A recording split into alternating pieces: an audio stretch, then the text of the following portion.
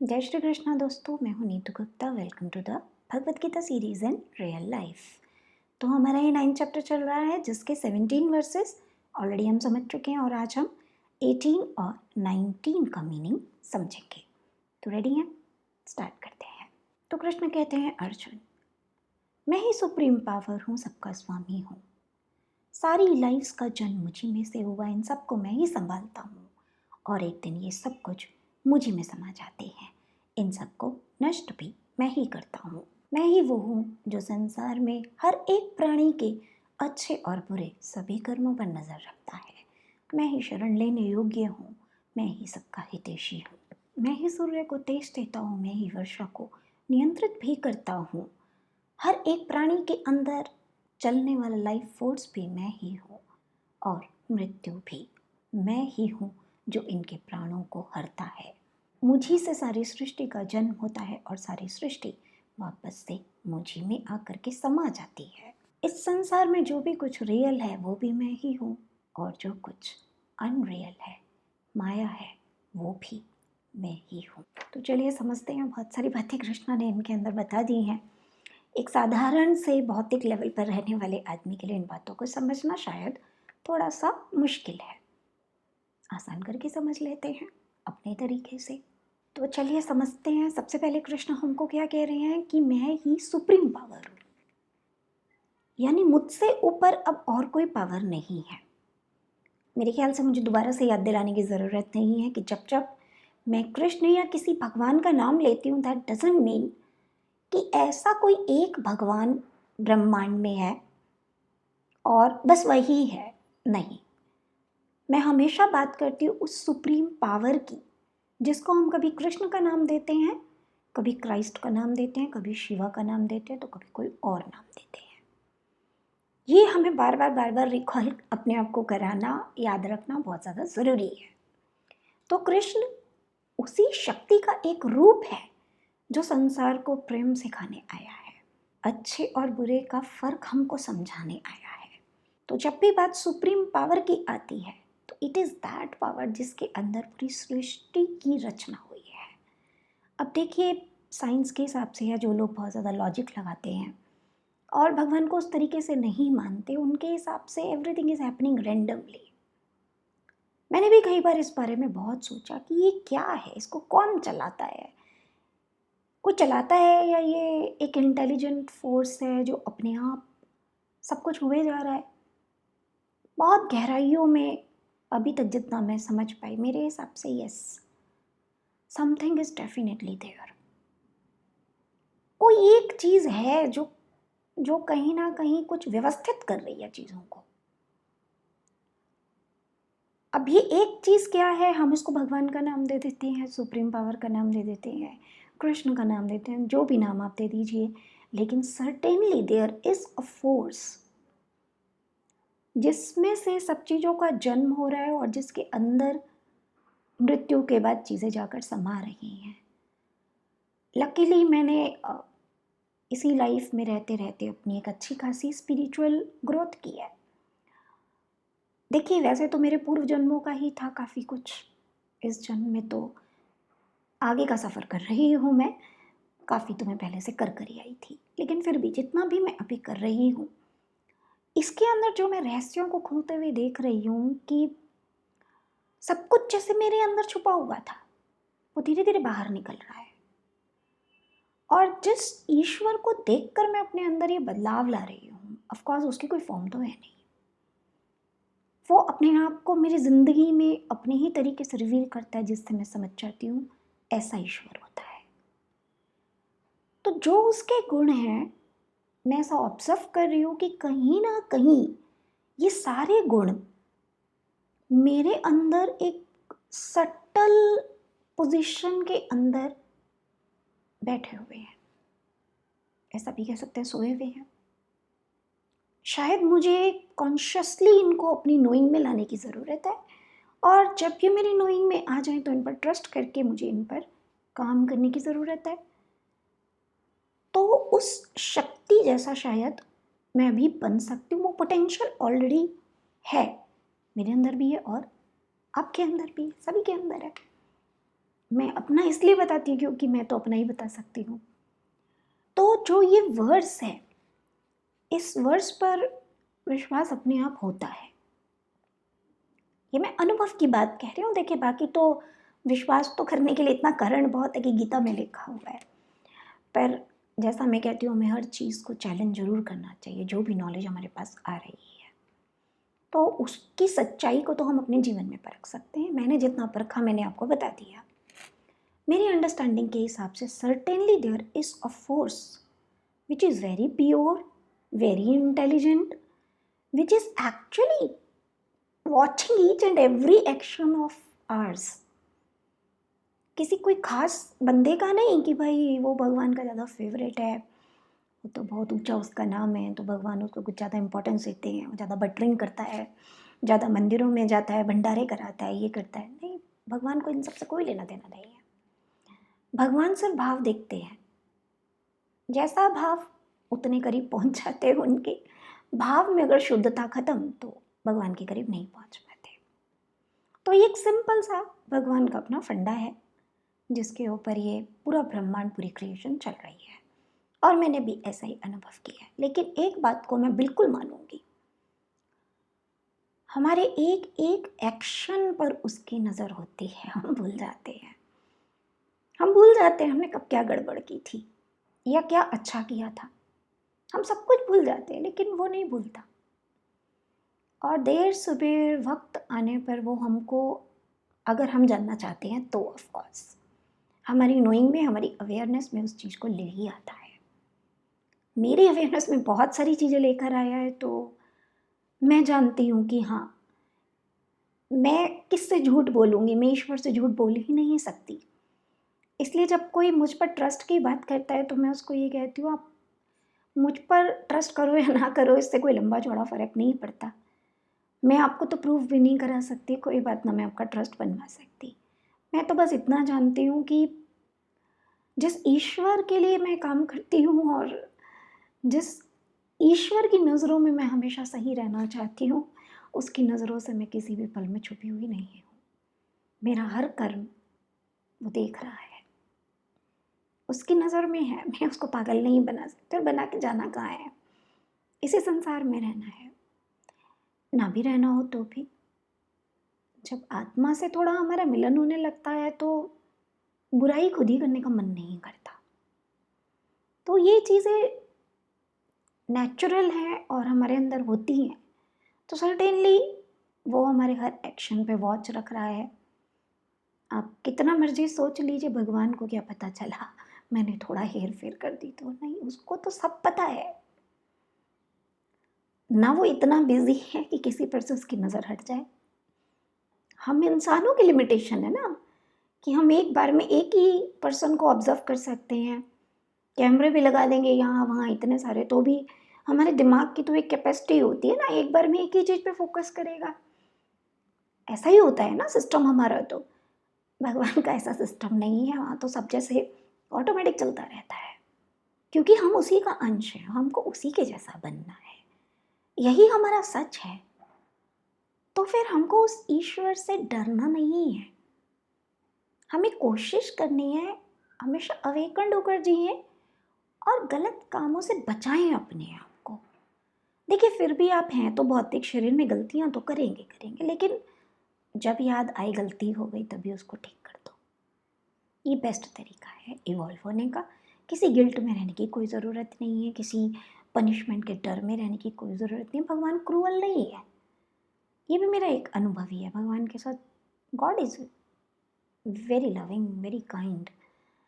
ठीक है, जो हमें उन्होंने सबक सिखाने हैं वो तो सिखाते सिखाते हैं। कृष्णा भले ही कितना ही अच्छा दोस्त है मेरा, कितने ही अच्छे रिश्ते मुझसे निभाता है, लेकिन जब मैं आउट ऑफ ट्रैक हूँ ना, तो फिर तो मुझे ट्रैक पे लाने के लिए वो सब कुछ करता है, साम दाम दंड भेद। ठीक है, वो भी उसका प्यार करने का एक तरीका है। अगर हम इस तरीके से कृष्ण को, भगवान को समझेंगे तो भगवान हमें हमसे पराये नहीं लगेंगे, अपने से ही लगेंगे। वो है ही अपने। वैसे तो पराये कब हो जाते हैं, जब हम उन्हें अपने से अलग समझकर उन्हें पूजने लग जाते हैं। हमें भगवान को पूजने की ज़रूरत नहीं है, उनसे प्रेम करने की ज़रूरत है। छोटा बच्चा होता है ना, अगर उसको डांट कर रखा जाता है घर में तो वो आपसे बातें छुपाता है। तो भगवान तो वैसे हमको किसी को डांट कर नहीं रखते, बस हमारी गलतियों पर हमको समझाते हैं, एक्शन टेक कराते हैं। तो चिंता मत कीजिए, आपको बहुत से लोगों ने बताया हुआ है भगवान ये पनिशमेंट देंगे, वो देंगे। पनिशमेंट कभी नहीं देते, कभी नहीं देते, ट्रस्ट मी। मुझे भी बहुत सारी हार्डशिप से गुजारा है उन्होंने। ऐसा नहीं है कि सब कुछ आसानी से हो जाता है, बिल्कुल नहीं होता। कभी मेरी ज़िंदगी में आसानी से मुझे कुछ मिला ही नहीं है। लेकिन वो पनिशमेंट नहीं होती उनकी, वो उनका अपना एक तरीका होता है मुझे कोई बात सिखाने का, समझाने का, जो मैं अदरवाइज़ नहीं समझ पा रही। और जब मुझे समझ आ जाती है तो मेरी सारी शिकायतें 2 मिनट में दूर हो जाती हैं भगवान से। तो it happens.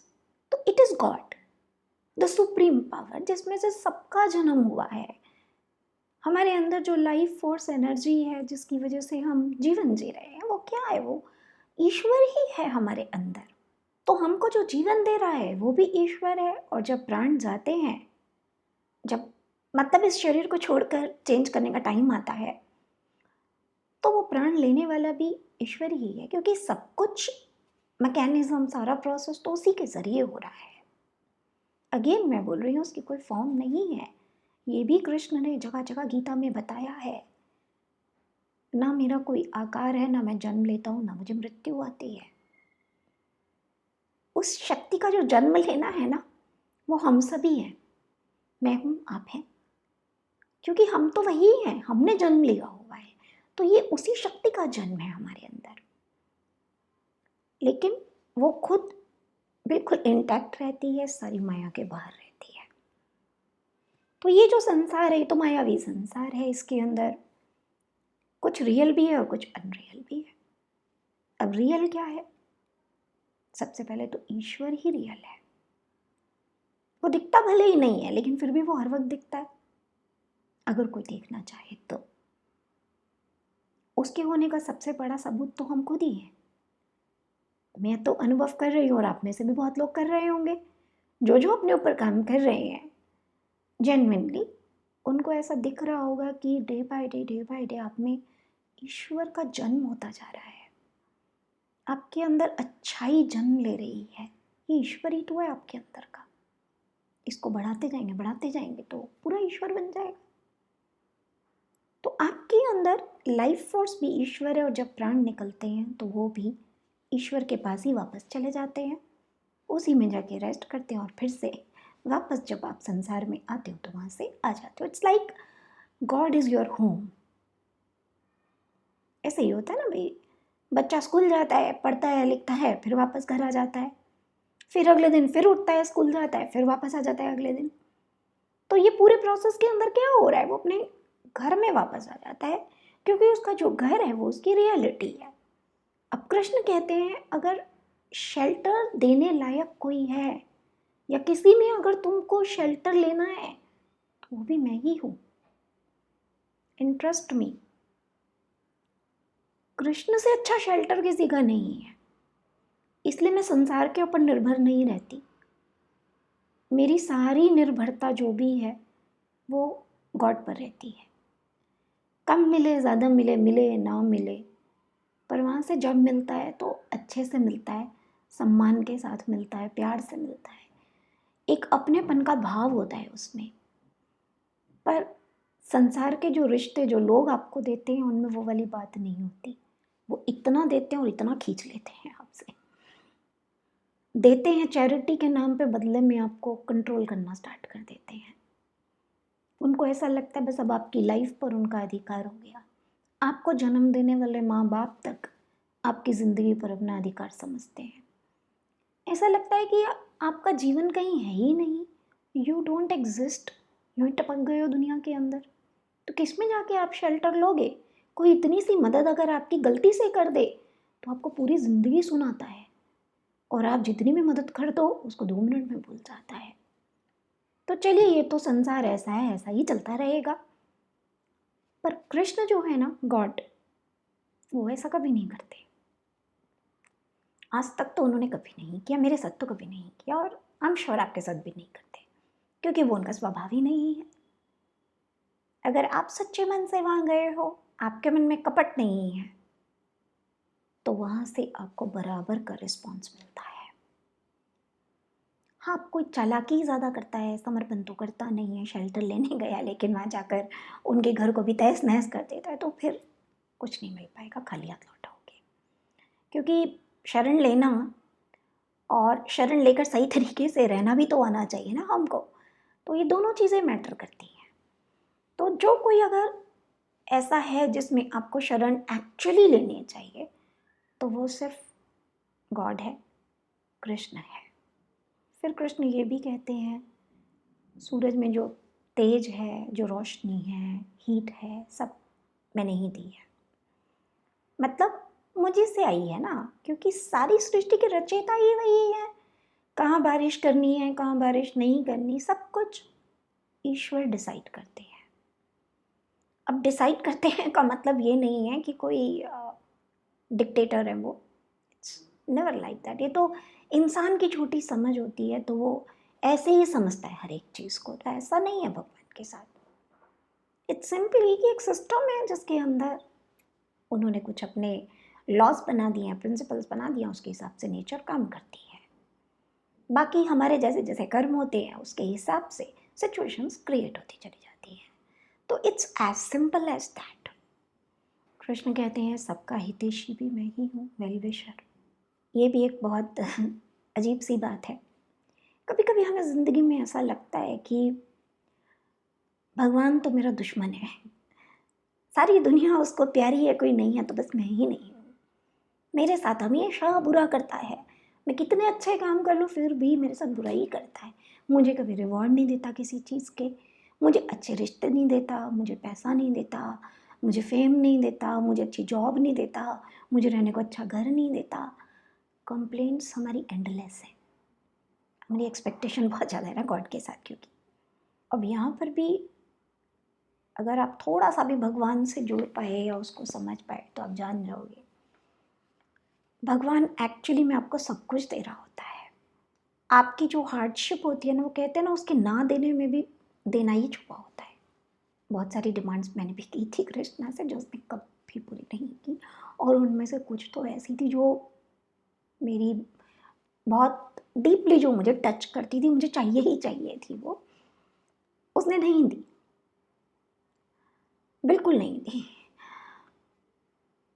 But with period of time मुझे समझ आ गया कि इनका ना देना मेरे लिए सबसे बड़ी ब्लेसिंग थी। अब मैं कृष्ण को थैंक्स बोलती हूँ, अच्छा हुआ तूने मुझे नहीं दिया, दे देता तो पता नहीं मैं कहाँ फंस जाती जाकर। तो कई बार क्या होता है, कुछ चीज़ें हमें इनिशियली नहीं दिख रही होती, यहाँ पर हमें उस पर विश्वास रखना होता है कि उसके देने में भी हमारा ही भला है, उसके ना देने में भी कहीं ना कहीं हमारा ही भला है। अब ये हमारा विश्वास है उसके ऊपर कि हम कितना उस पर विश्वास करते हैं कि अगर वो नहीं दे रहा तो ये भी मेरा भला है। क्योंकि जब अ, किसी चीज़ की आप डिज़ायर करो और आपको भगवान भी ना दे रहा हो तो आप बहुत फ्रस्ट्रेट होते हो, आपको लगता है आप किसके पास जाऊँ, यही तो था एक आखिरी, मैंने तो एफर्ट करके देख लिया, कुछ हो नहीं रहा, मुझे उम्मीद थी ये कर देगा, ये भी नहीं कर रहा। तो वो चीज़ कई बार हमारे हित में नहीं होती, इसलिए भगवान नहीं कर रहा होता, या भगवान उस समय पर हमें कुछ और सिखा रहा होता है, किसी और चीज़ को ठीक कर रहा होता है हमारी ज़िंदगी में, तो हमें वहाँ फोकस करना चाहिए। यही हमारी एक साधना है। मैं तो भक्ति भी इसे ही मानती हूँ।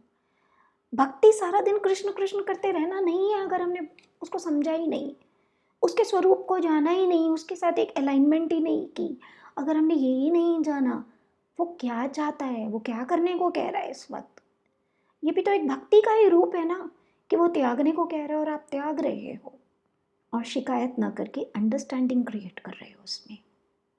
और ये अंडरस्टैंडिंग सुपरफिशियल नहीं होती, रियलाइजेशन होता है। There is a difference.